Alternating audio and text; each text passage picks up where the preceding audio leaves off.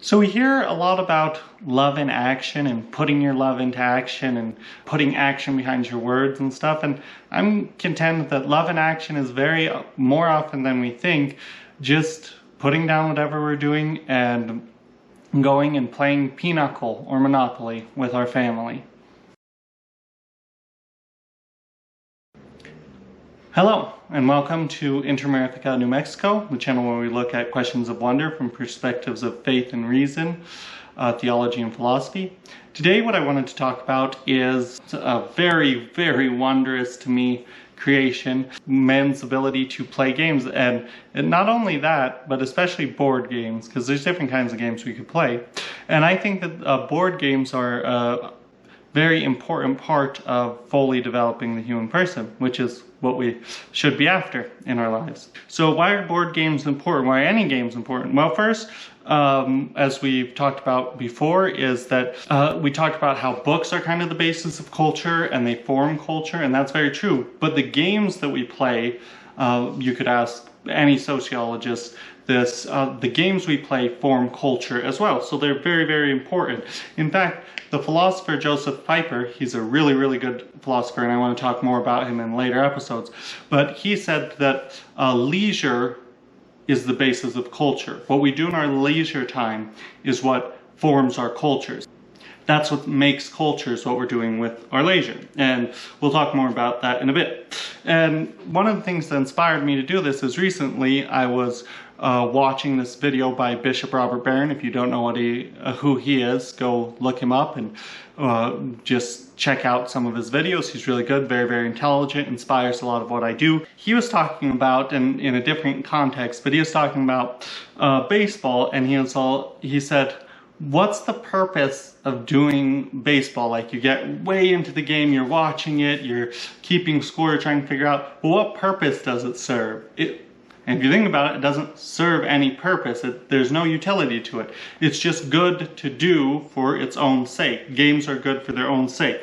And I'll put a link to his talk that talks about that, because he was using it for a very different thing than what I'm using it for. But so things are important for their own sake are more important than things that are important for utility. So things that we do just to stay fed, things that we do just to get a faster car, stuff like that, that's less important than things that we do for their own sake.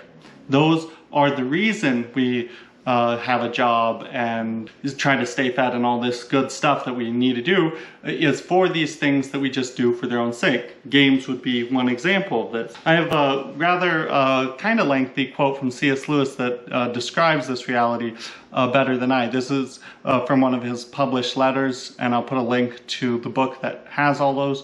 But it's a really good quote. It's lengthy, and I just want a little part, but I'm not going to cut it down. I'm just going to read the whole thing. So C.S. Lewis says, I think I can understand that feeling about a housewife's work being like that of Sisyphus, who was the stone-rolling gentleman. But it is surely in reality the most important work in the world. What do ships, railways, miners, cars, governments, etc.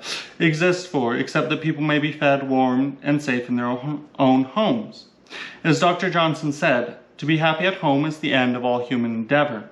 First, to be happy to prepare for being happy in our own real home hereafter, heaven, right? And second, in the meantime, to be happy in our houses. We wage war in order to have peace. We work in order to have leisure. We produce food in order to eat it. So your job is the one for which all others exist. Really, really cool quote. I'm not going to get into the whole, like, he's talking to a housewife, whatever, and we could discuss that and different things about that. But listen, the part I want to pull out. We wage war in order to have peace. We work in order to have leisure. So all the stuff we're doing that we think is so important is for the purpose of whatever we're doing for our leisure time.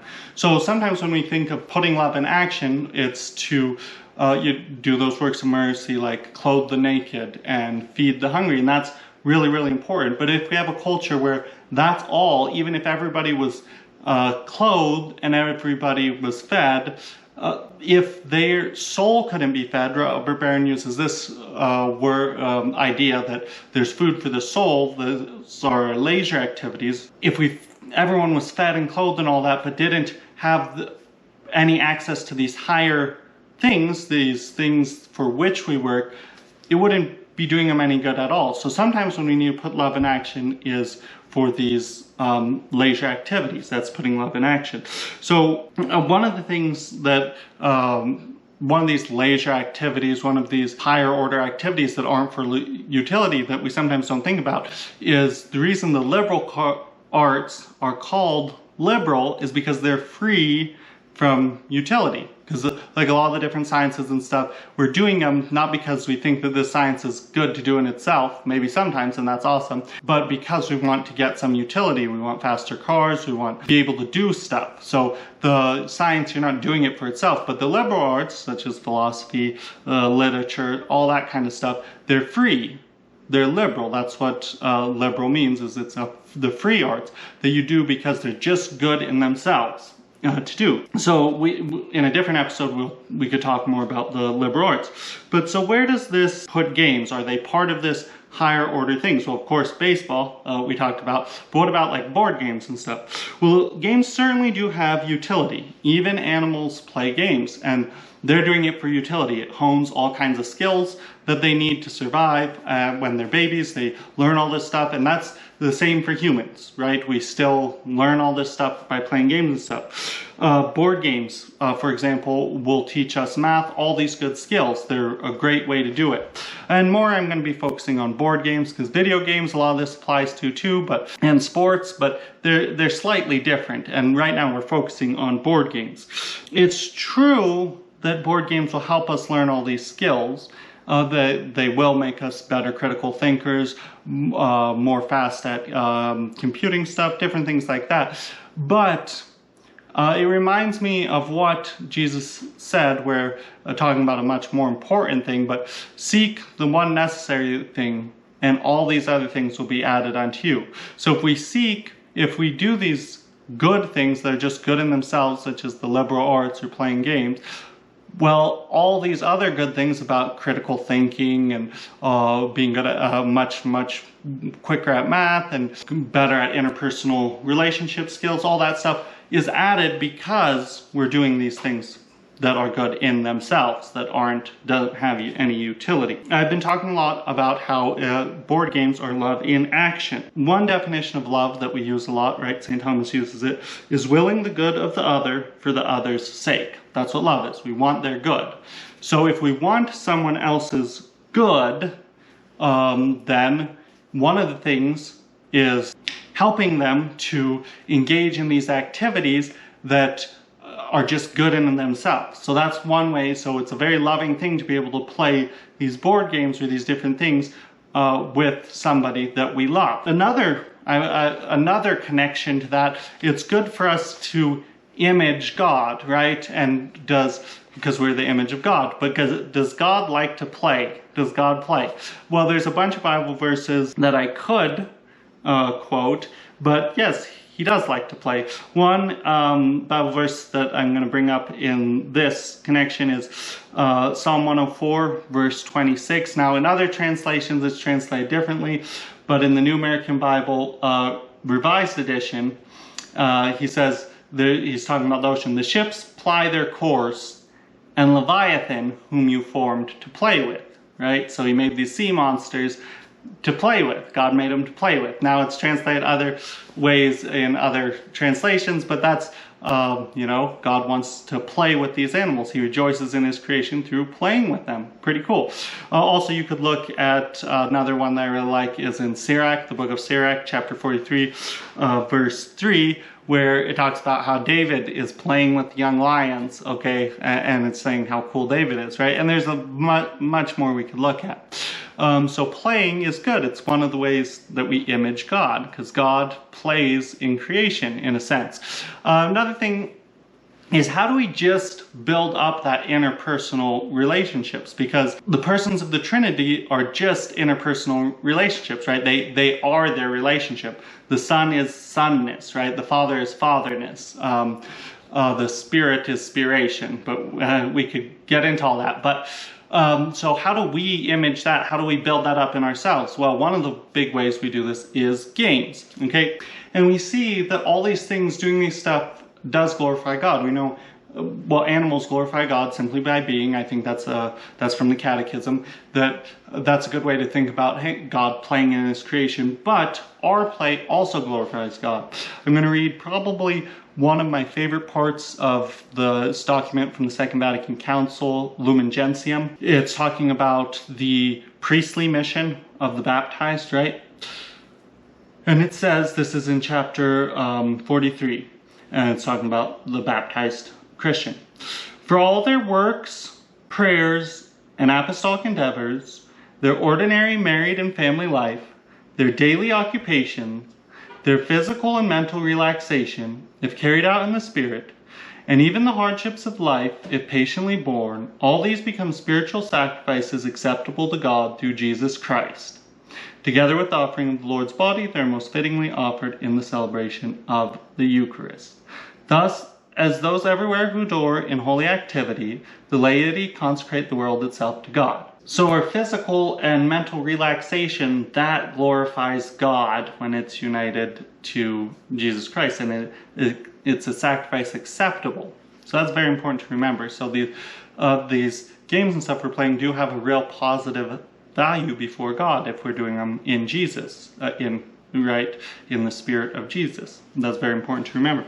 So the reason I wanted to do all this prologue is actually because I've been wanting to review different board games that I play with my family, but I wanted to give a justification of, hey, this is why board games are amazing. So we're going to start today with reviewing a board game just for the end of this. So I've told you that games form culture, and one of the games that I think has formed our culture very much is Monopoly, right? Almost everybody's played it, but there's this concept of being very cutthroat, and that money just magically appears and stuff in Monopoly, and I think that's had an effect on our culture. One game that I like that is a similar game in some respects, but I think has a more healthy, balanced view and forms a better idea. I'm not saying Monopoly is bad, but forms us better in how resources and stuff come about, is Settlers of Catan. Now, I'm not reviewing that right now. That's going to take its whole big review because I love it and it's a great game. But recently I got this newer version of Settlers. It's a standalone. If you don't know what Settlers of Catan is, that's totally fine. You can play this game without ever having known, but I'm going to describe it to you.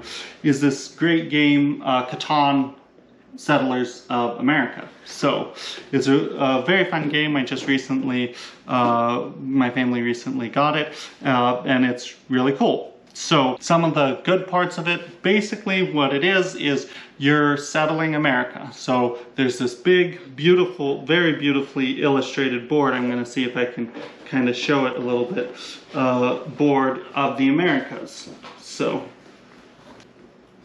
see right there, it's very beautifully illustrated. And you start on the East Coast, as our settlers kind of did, and you move to the West Coast. You're building train lines and all that good stuff. You're trying to basically get resources so that you can continue your rail line. It's a really fun concept, really fun game.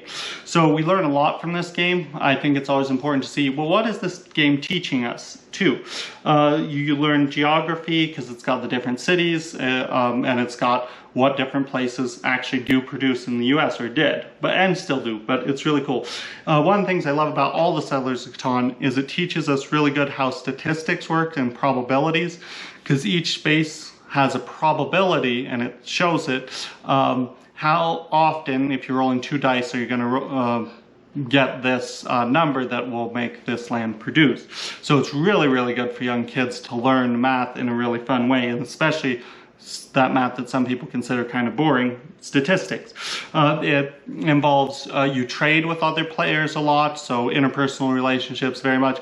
In some play groups that can just be too much because you can make any deal, and sometimes you can offer deals and people don't want to accept them. But most, when I've seen playing this, is it usually it's a very positive environment of trading. So it teaches that. One cool thing about this is it has a little section on the history of all the different elements of the game. It's not a detailed history, and it does definitely have some difficulties, right? It's, as is popular now, very critical of the colonists, which there's definitely room to be critical, and doesn't really give a full picture, but I don't think that's a big thing. I think most of the history it has in the back is actually pretty good. Obviously, you're not going to find anything about Jacques Marquette, the priest that helped explore North America. You're not going to find anything about like how the Abenaki natives, that's the tribe that my great-grandmother's great-grandmother was, so very, very little. But they have a cool history, and you're not going to see how they were actually completely massacred by the English, not for being native, but for being Catholic, because they became Catholic. Not through force, just through preaching the gospel. So you're not going to see any of that, but still very good history.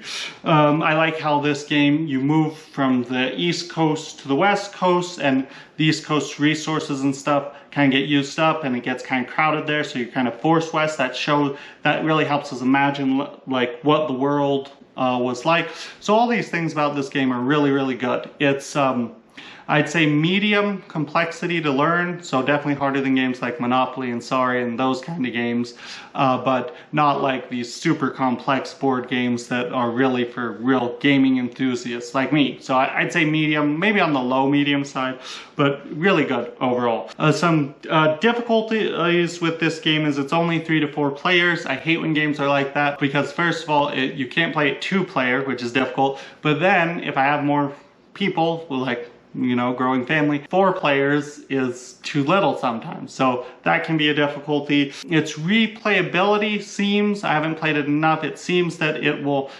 get to be very low after you've played probably 5 or 6 games. You'll have figured it out more, but I'm not positive about that. But overall, I think it's a really good game, and if you're interested in getting into a little bit more complex board games, I recommend it, and I think it's very helpful, especially if you have little children.